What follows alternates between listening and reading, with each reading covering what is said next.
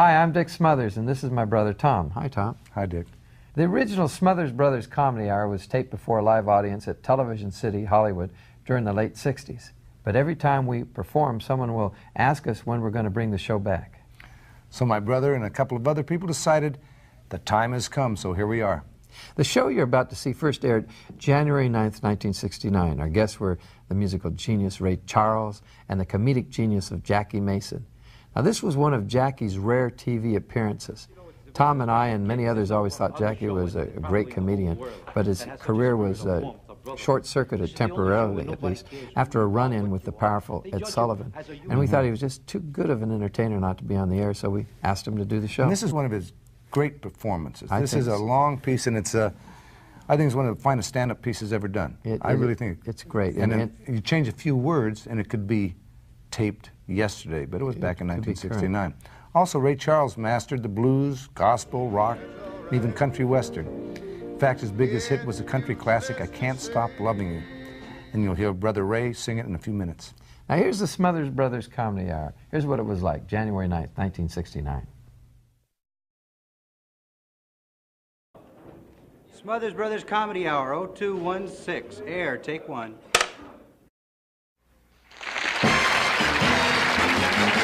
It's the Smothers Brothers Comedy Hour.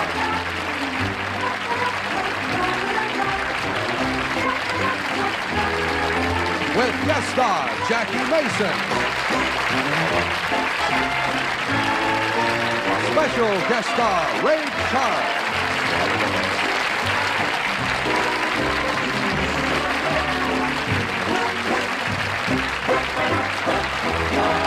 Jimmy Joy singers, the Ron Poindexter dancers, and Nelson Riddle and his orchestra.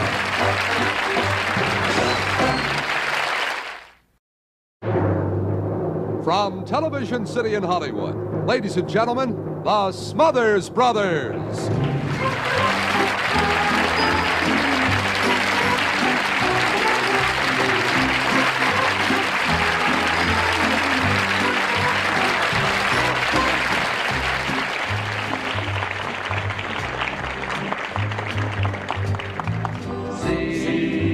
Ye shall find, knock, and the door shall be open. Ask, and it shall be given, and the love will come trickling down. Seek, and ye shall find, knock, and the door shall be opened. Ask, and it shall be given, and the love will come a-trickling down. Now, we can read that a lot of ways, but I know a lot of you will say 68's been a bad year. It really has. It hasn't been a year of pleasure. You say, well, maybe you have knocked and the door wasn't open, and you've asked and it hasn't been given. Well, I sometimes wonder, and you're probably asking me, why? You ask me why. Probably some of you are asking me why I'm so optimistic. Why you smell? I can tell you why you smell it. Very simple. 69's not going to be a good year. Some of you are probably asking why that I smile and I'm happy and I'm optimistic and I'm looking forward to the future. Why? 1968, not yet, Dickie. Okay. I'll tell you when to ask me why. Boy, it's tough working with your brother. But I know a lot of problems have come up in 1969. There could have been a lot of jokes about 1969. Nothing. 1966 was a disaster. Which one? And when we look all the way around us, all we see is moral decay in the country, black and white strife, people starving. There's a total lack of love in the world, and young students and teachers are rioting. And I'll tell you why I smile, even in the midst of what we see around us, and why I have hope for the future, and why our show, and my brother and myself, try to reflect oftentimes what's wrong, but we also want everybody to know that we know what's right. You ask me why I smile with disaster around, right? Some of you don't know why. That I should be so optimistic in a world turned asunder and say, knock and the door shall be open? You ask me why? Go ahead, Dickie, now. What? Ask me why? Lower your voice. Ask me why? I said lower your voice. Ask me why. I feel optimistic. Okay. And I wanna go. Why? I don't know why. If I knew why. Life is a long, hard journey, and it doesn't matter where it hand. So make the journey count, my friend, and love come a trickling down. Everybody, Seek and ye shall find. Knock and the door shall be open. Ask and it shall be given, and the love will come a trickling down. Seek and ye shall find. Knock and the door shall be open. Ask and it shall be given, and the love will come a trickling down. love come a trickling, love come a trickling, love come a trickling down. Come a trickling down.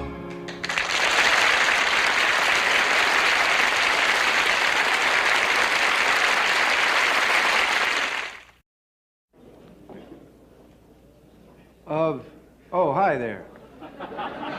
Ladies and gentlemen, our next guest is one of the chosen people, which just goes to prove that some of our best friends are chosen. Ladies and gentlemen, Mr. Jackie Mason.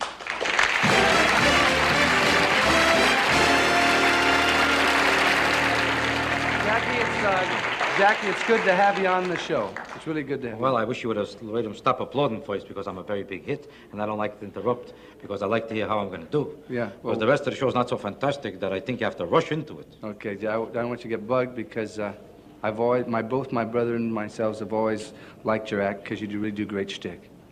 What did you say? What did you say? I said my brother and myself have always liked your act and you do great shtick. I don't understand that. What language are you talking? What language are you talking? That's showbiz. I'm talking showbiz. Great, you do great shtick. It's a showbiz phrase, you know. No, you're talking Jewish. Do you know you're talking Jewish, or are you just kibitzing around? No, I'm not kibitzing around, so why don't you quit hawking at me, huh? Wait a second, where am I? What is this? The 10 lost tribes of Israel? I'm surrounded by Gentiles, and it sounds like a Jewish neighborhood. Jackie, I'm not Jewish. My brother nor myself aren't Jewish. Oh, my brother used to be Jewish, but then, you know, he started hawking at me all the time, so I just, you know, knock it off. I can't understand this. I really can't. You take a mediocre talent, you take a lousy voice, a simple mind, and then you double it, and you got a hit. But don't get me wrong, I respect your show. Yes, Your budget. Let me ask you something, Jackie. I don't want to get personal or anything. This is not. I'm not trying to just to get you uptight or anything. I just wondered, are you actually really Jewish?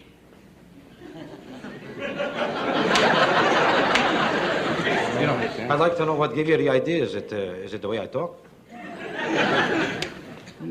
Well, actually, you do talk kind of different. It's kind of your speech pattern. I thought maybe you might be Jewish. No, there's nothing wrong with the way I talk. It's the way you listen. You see, to you I sound Jewish, right? Right. That's because of your ears. You got Gentile ears. That's why I sound Jewish. If you had Jewish ears, I would sound normal. Also, it wouldn't hurt your looks. I heard, and I don't know, because it's always repeated by a lot of people, that you studied to be a rabbi. No. They made it up. I was never a rabbi. Oh. I was a priest. Priest? I'm really surprised to hear that. So was the Vatican. Yeah, Well, look, let's be honest about it. You don't have to be Jewish to be funny. That's a relief. See, the way I look at it, everybody should get their laughs from the church of their own choice. I think we better bring my brother out, and we'll get some laughs together. Dick? Oh, Dick, look come who's here. That was good. Oh, how do you do?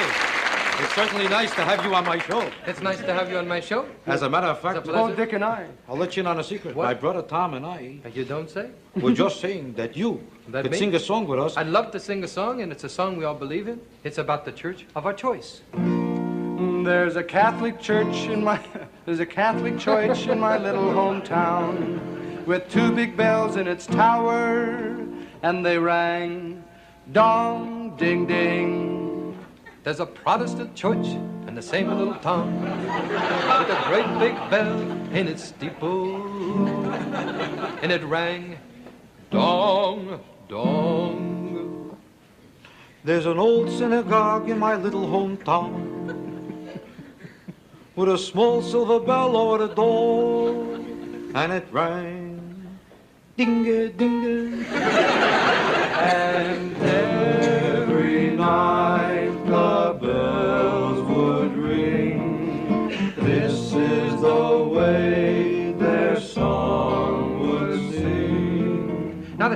big bells high up in the Catholic chower would ring. You said shower. My brother made a mistake. You said Catholic shower. I know it. Boy, I heard it right away. You said Catholic shower. I knew I Were said you having a drink with Jackie before the show? You said Did you hear him say Catholic What do you want from me? I got my own troubles. He heard it, and I apologize. Okay. Now, Do you know anything at all about the Catholics? no. They'll get you. All right, then you do it. Then I'm probably not safe here either. Well, there was these two big bells in the Catholic tower, and they rang. Dong, ding, ding. Then the great big bell in the Protestant steeple would answer, dong, dong. And in the old synagogue, there was this little silver bell, hanging a little crooked, that would sing, ding ding. And every night when they all rang together, they would sound just like this. Dong, ding, ding. Dong, dong. Ding ding.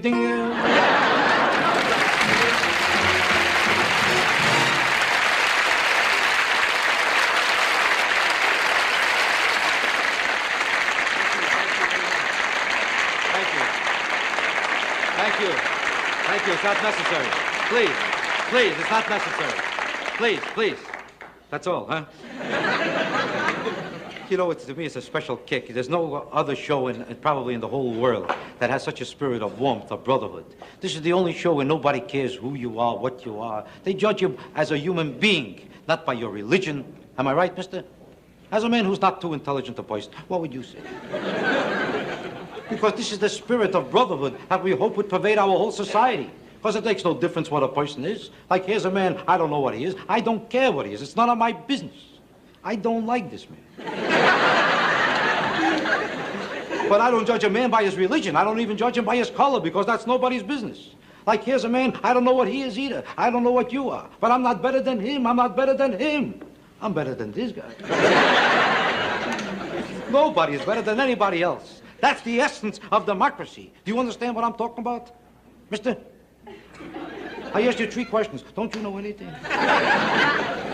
This is true all over the world. There's too much hate and violence. How many people really believe in brotherhood? Very few. When I go, it'll be all over. I'm on the wrong side. I found out in this business you can't please everybody. Some people like you, some don't. Do you notice that? I think in your case, most people don't. But it happens to be true.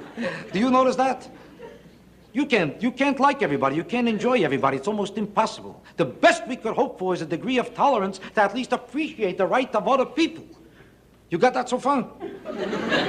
Are you Jewish? No? Get out.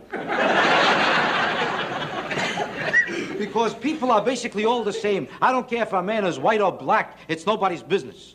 People are all the same. Let's be honest about it. A man is born black. Does that make him worse than you? There's nobody worse than you. Except this guy. I found one guy worse than you. There's people worse than you too, but I never met them, I'll be honest. What I'm trying to bring out is that's the only way that this country will ever survive.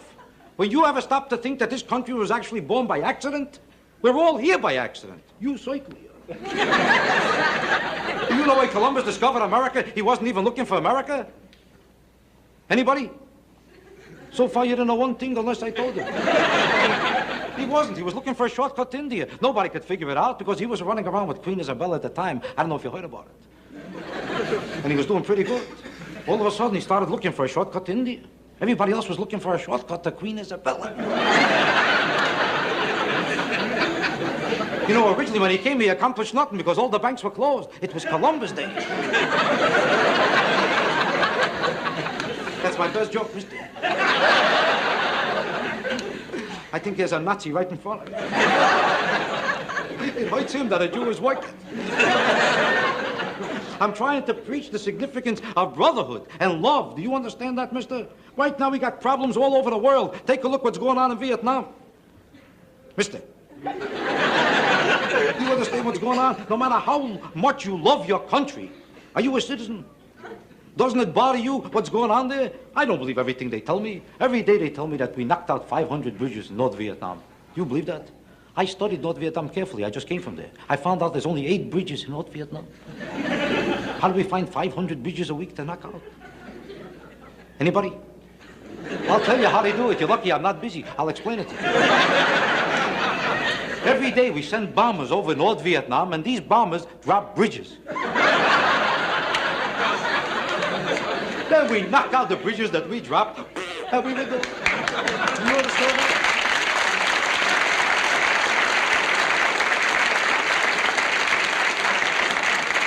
Well, thank the Lord. About time you applauded something. I was admitting to admire how you could control yourself. Now you either laugh it up or get out. I don't even. Let me tell you a true story. Are you busy, miss? Listen to this. You're not too thrilled about these jokes at all, huh? Why don't you sit with him? We'll keep all this stuff. I'm trying to bring out something to you. Like right now, we should rededicate ourselves to our country. We ought to thank the Lord for the fact that we even live here. How many countries would let a man in your condition sit right in the front? You know what kind of a country this is? It's like Richard Nixon said only last week, and I don't want to make fun of him because I'm proud of the fact that we have a man like him to become the president of our nation. Because he's going to do a lot of things nobody ever did before. And he himself don't know what it is. As a matter of fact, that's how he won the campaign. He says, I'm definite. About what? I can't tell you. He says, I'm going to do. They said, what? He says, it's not my business. He never answered a question throughout the campaign. That's why they voted for him. They figured if he don't know what to do, he must be pretty good. He's smart enough not to find out. He's no good. Did you ever hear one of his speeches? He said, I'd like to make one thing very clear, and I think this is very important to make it very clear, whatever it is that I'm talking about. Because if we make one thing clear, then we could go and make another thing clear and have two clear things that we didn't have before. Because once you have number one and number two, then...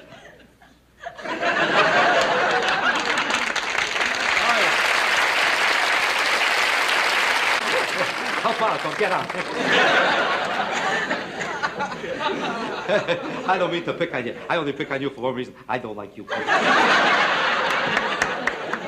You know, this is hilarious. I pick on him, he gets mad. I pick on him, he laughs. You know why he laughs? Why do you think he laughs? Stupid, he don't know what it is. I'm kidding you. I don't make a living from picking on people. If you was a person, I wouldn't have bothered you either.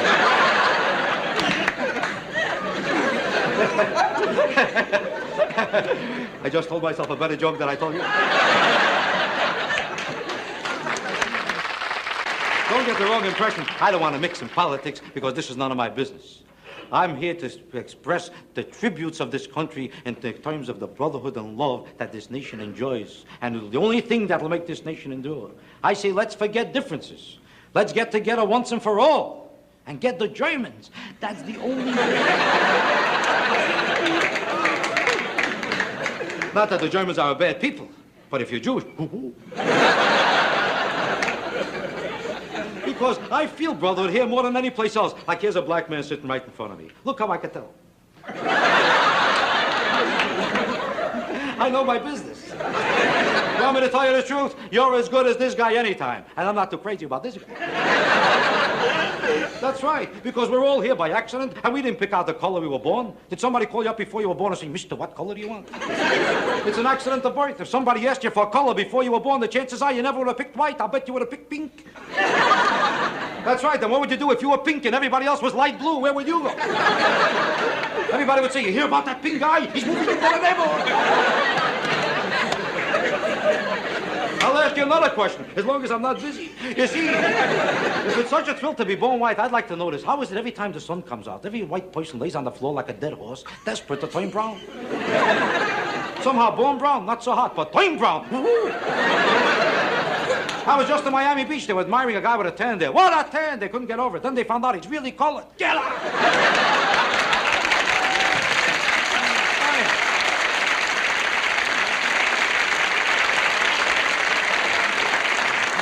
I say that it makes no difference who you are as long as you don't look like this guy. It's all the spirit of fun. He don't think so. Ladies and gentlemen, I want to thank you for the opportunity of really seeing me here in person. May God bless me and keep me. I shall have nothing to worry about for many years to come. I happen to be a wonderful person, and that's why I want to wish myself from the bottom of my heart the very best of it. Thank you very much.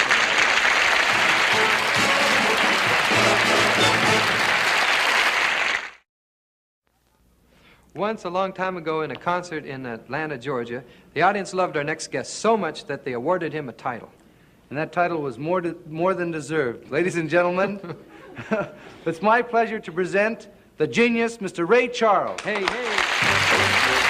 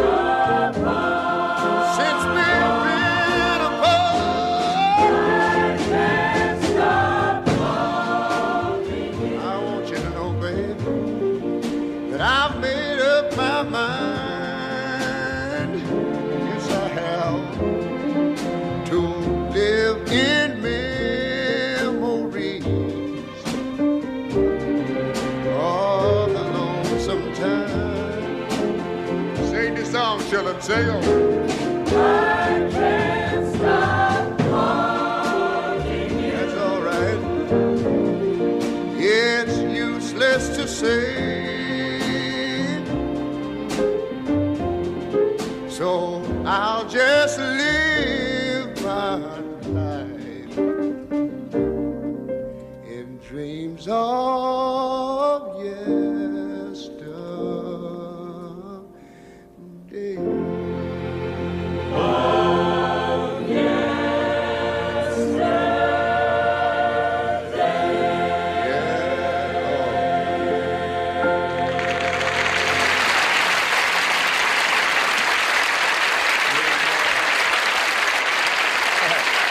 Thank you very much.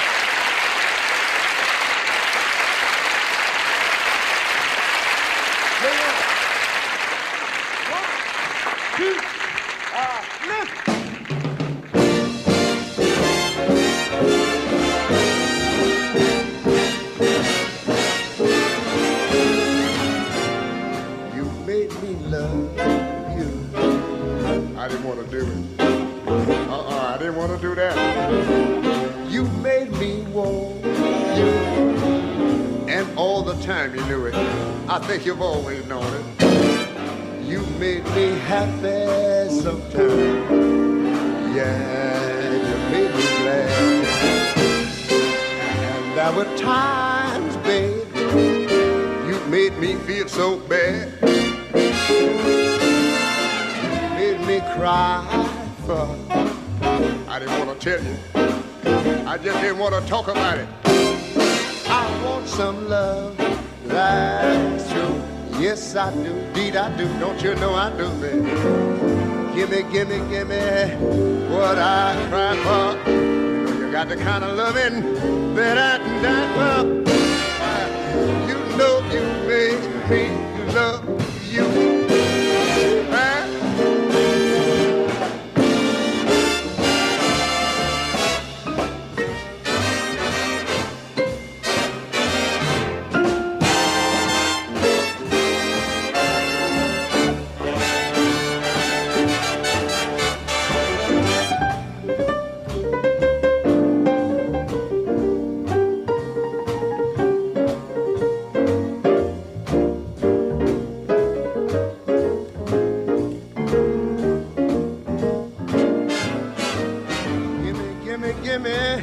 What I cry for. You got the kind of loving that I die for. You know you made me. Now listen here, woman. You know you made me. Yes, you did. You know you made me. Come here, baby.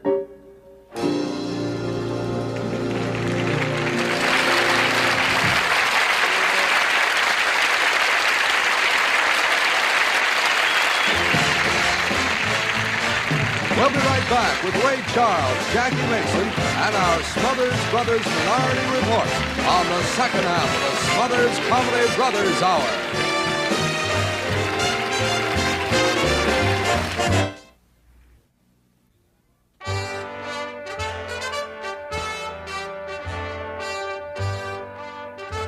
And now, the second in a continuing series of Smothers Brothers Minority Reports. Here to ask tonight's question is Dick Smothers. On our first Minority Report, we asked our guests how they felt about the way the government spends their tax dollar. And tonight, based upon the fact that over 200,000 young Americans were drafted last year, our question is simply this.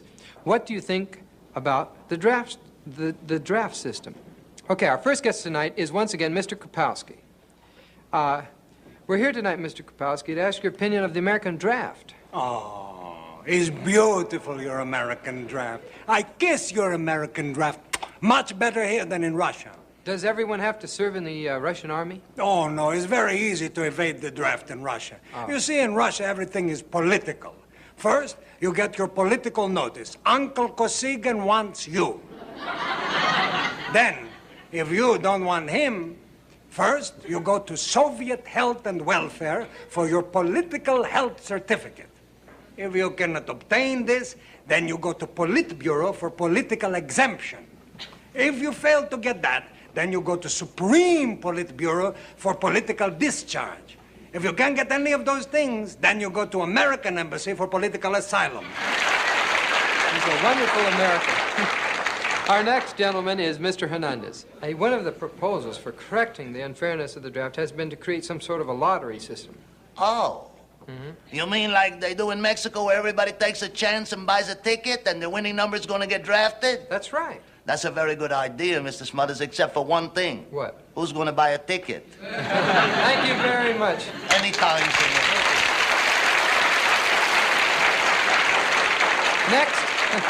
Next we have a lady from New York, and her name is Mrs. Klein.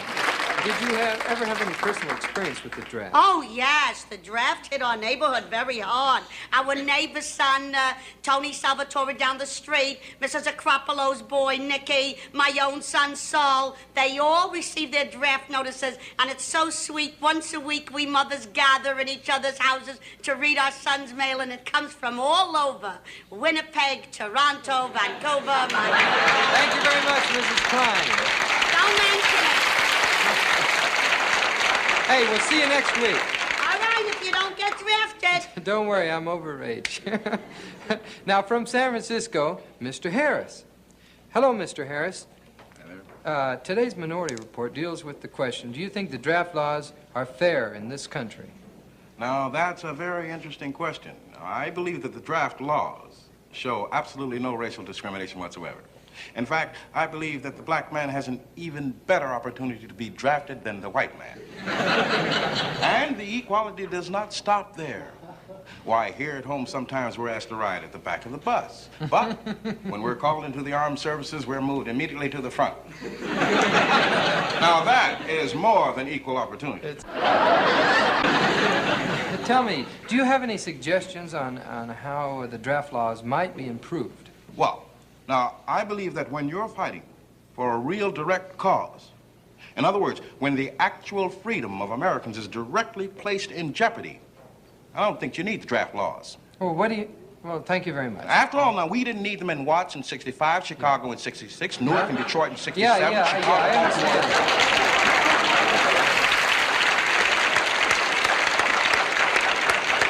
Very interesting. Our last gentleman hails from County, California, and his name is Mr. Davis. Now, sir, how do you feel about the present draft laws? Gracious me, I'm glad you asked me that.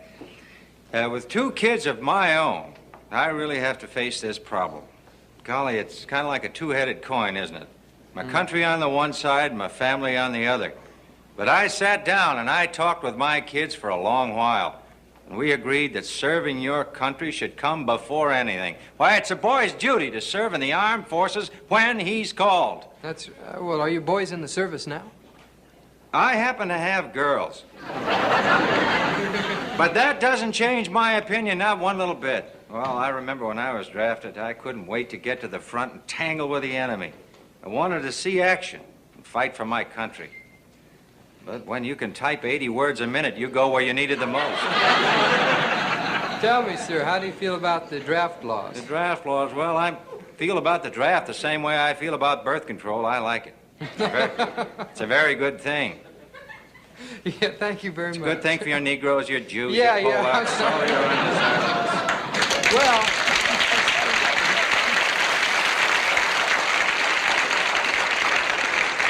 Well, this brings to a close our second Smothers Brothers Minority Report. And until next time, we'd like to wish each and every one of our minorities a good week. Thank you.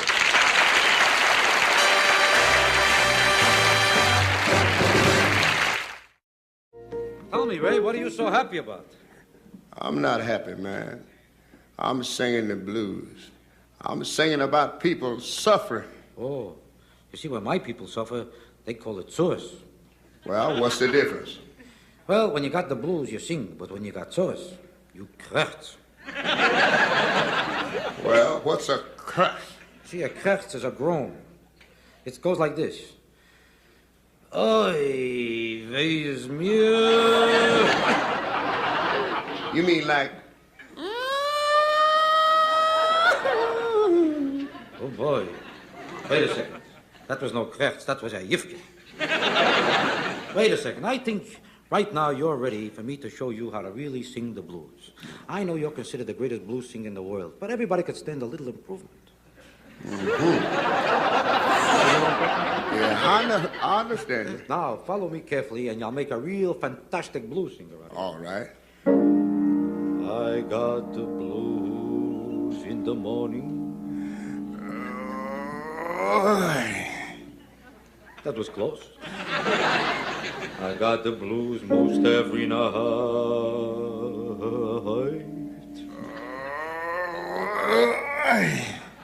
I think you're getting voice. Oh, sorry.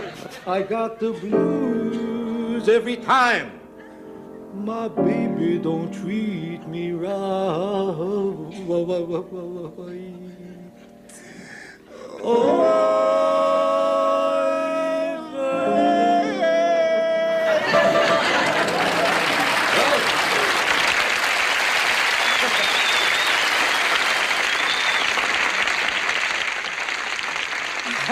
Now tell me the truth, Ray. How do you like the way I sing the blues? Man, that's source. Thank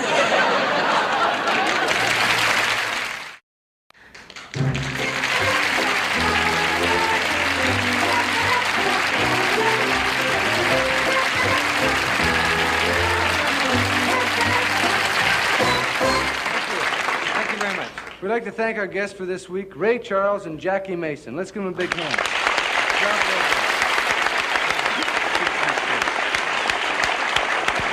We'd like to give a special thanks to the Minority Report people, Michael Constantine, Betty Walker, Mel Stewart, Murray Roman, and Kenneth Mars. That's right. Next week, our guests will be Lee French, the Klingers, and Andy Williams. So we're looking forward to that.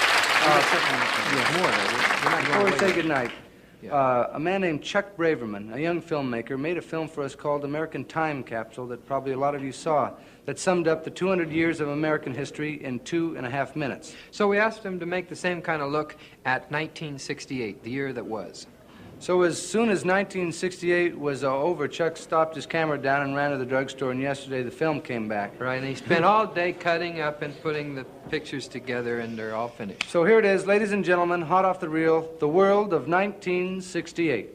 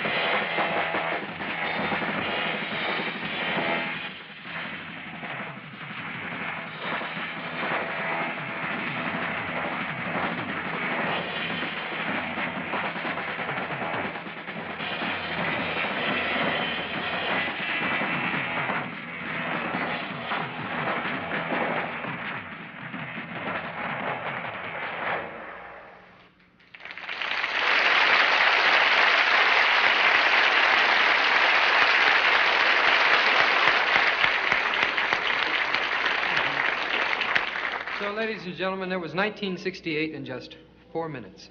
Let's hope that 1969 will allow us to make a film that has nothing but beautiful things in it. Right. Good night, everybody. Good night.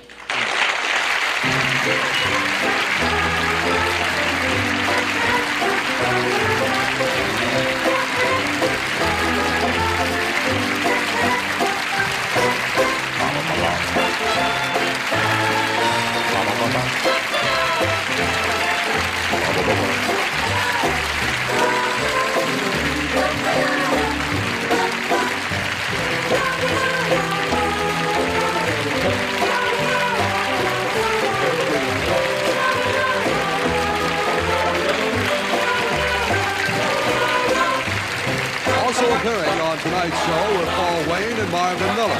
This is Roger Carroll.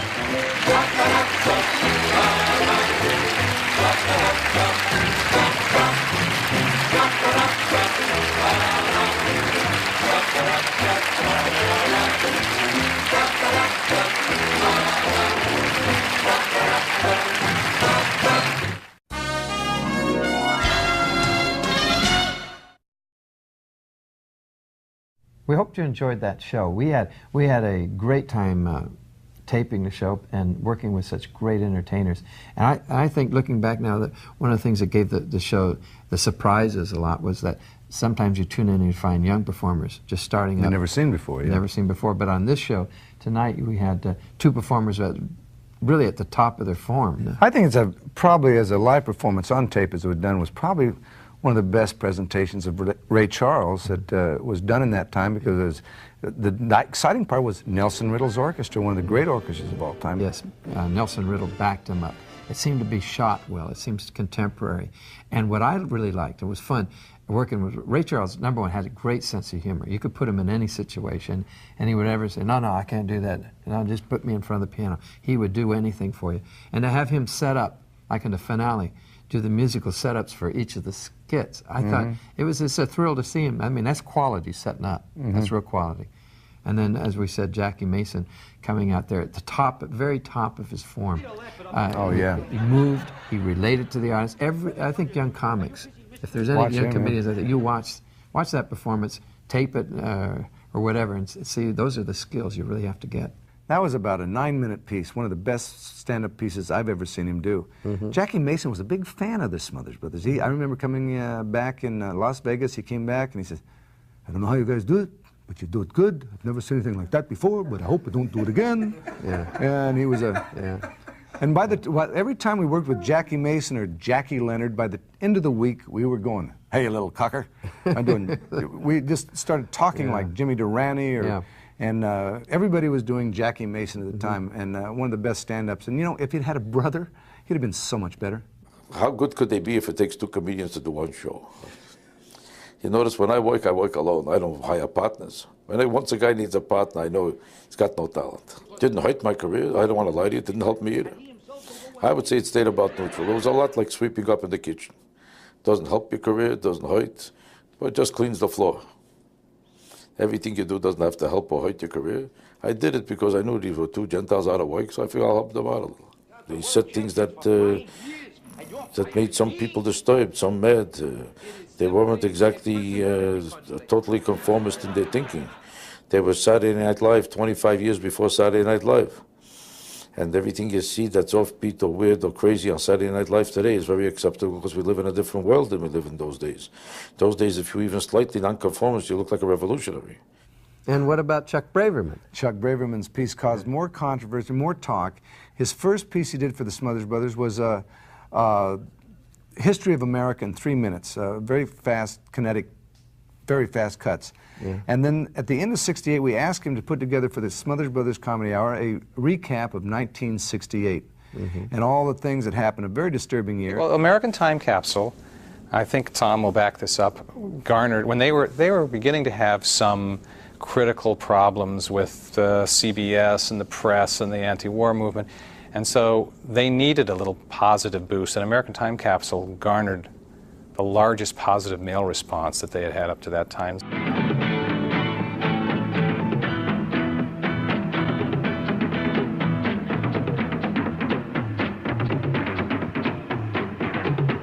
So there was a lot of enthusiasm and a lot of energy, and everybody knew something was happening. And so, of course, we had to do a follow-up. And the logical thing to do, it seemed to me after doing the history of the United States, this was now November of '68, and 1968 was a milestone year. So, thanks for watching. We hope to see you next time for another Smothers Brothers Comedy Hour. Bye now. Bye.